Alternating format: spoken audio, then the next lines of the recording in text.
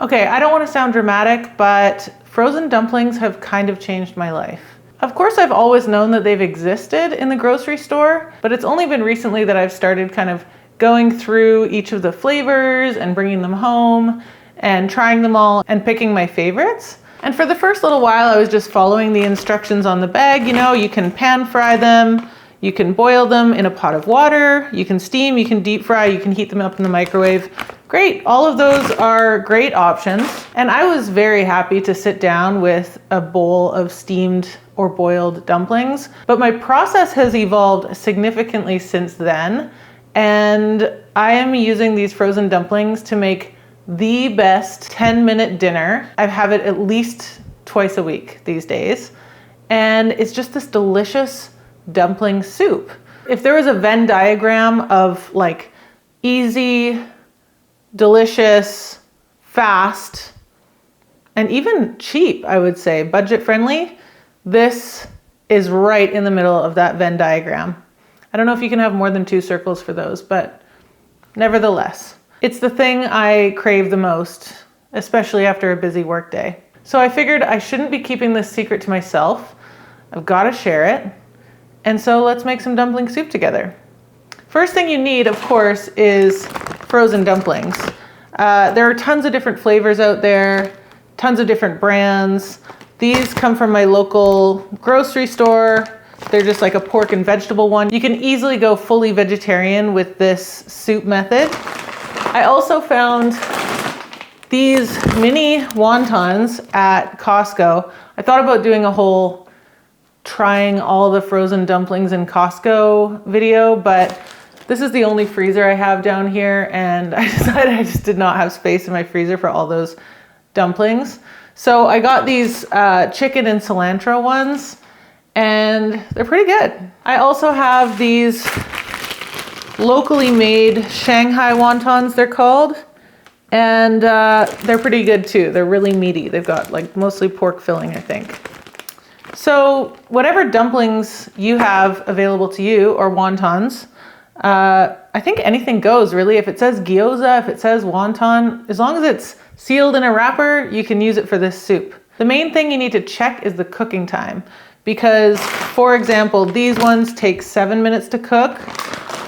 The Costco ones take only 1.5 minutes. And these ones are quite a bit bigger and meatier, and they take 10 minutes. So you want to figure that out before you get started. The other main ingredient in my version is better than bouillon, because I don't always have homemade stock.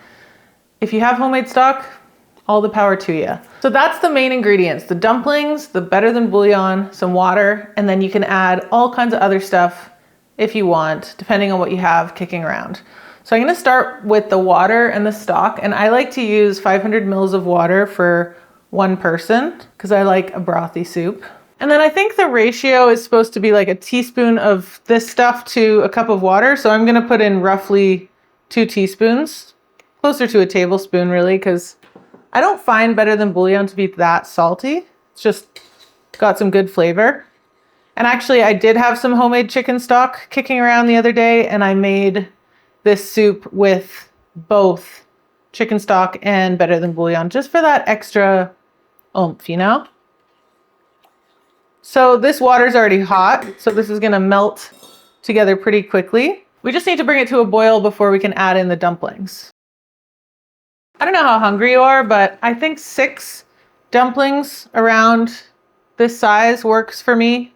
They're quite hearty, but depending on the size of your dumplings and your hunger level, just do you. So I'm gonna throw them in. And then these take 7 minutes. So some quick math tells me that now would also be a good time to throw in an egg. Okay, tell me if you think it's weird. It feels a bit weird to me throwing in a whole, raw, unpeeled egg, just like the shell coming in contact with the broth. I washed it. I gave it a good wash. Still feels kind of weird to me. I've been doing it anyway, even though it feels weird, because I feel like it's clean, right? It's safe.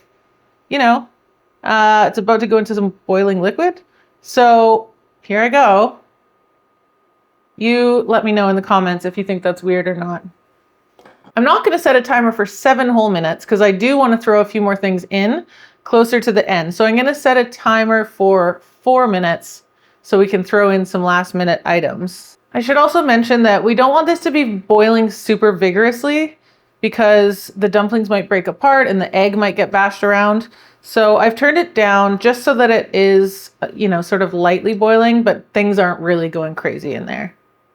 Okay, now with about 3 minutes left, I'm gonna add some extra stuff. So I have some cubed tofu, and I personally just love brothy tofu. This is firm tofu, just a few cubes. And then because I turned the heat down, I'm gonna turn it back up so that things can kind of come back up quickly. And then I'm gonna grate in a little bit of ginger and garlic because I have some here. It's purely optional, but I think it'll be a nice little kick.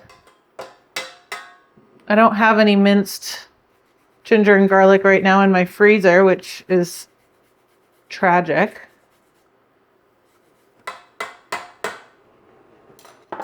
And then I'm going to throw in a bunch of greens. I have gailan, but I always just use whatever I have here.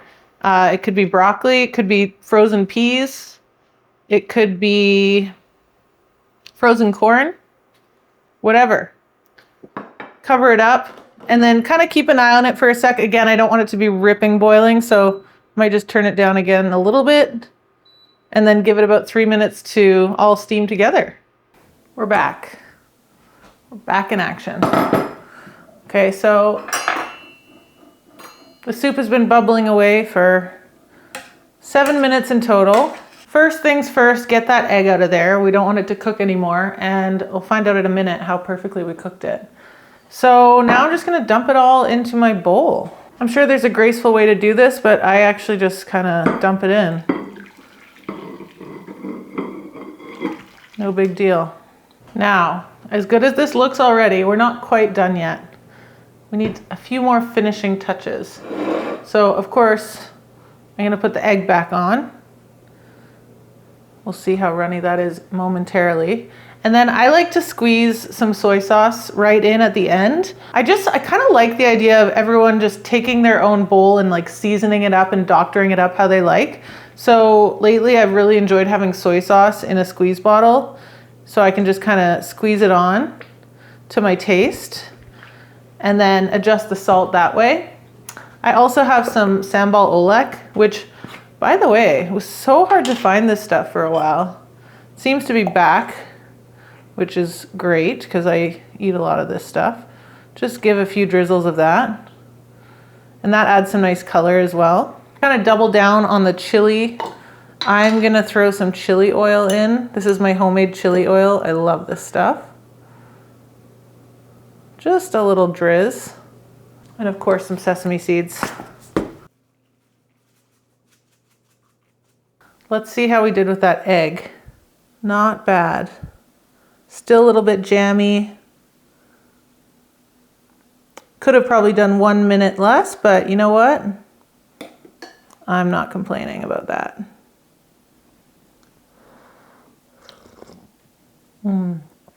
Oh man, it's so good.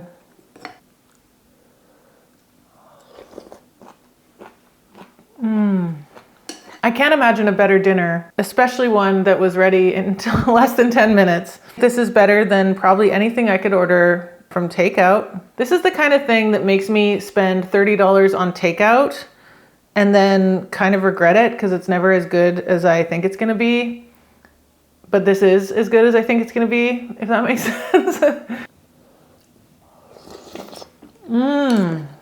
I hope you're able to find some really nice frozen dumplings in your grocery store. And you know, if you wanna make your own, that's amazing. I don't have any homemade dumpling videos, but there are so many good ones out on YouTube.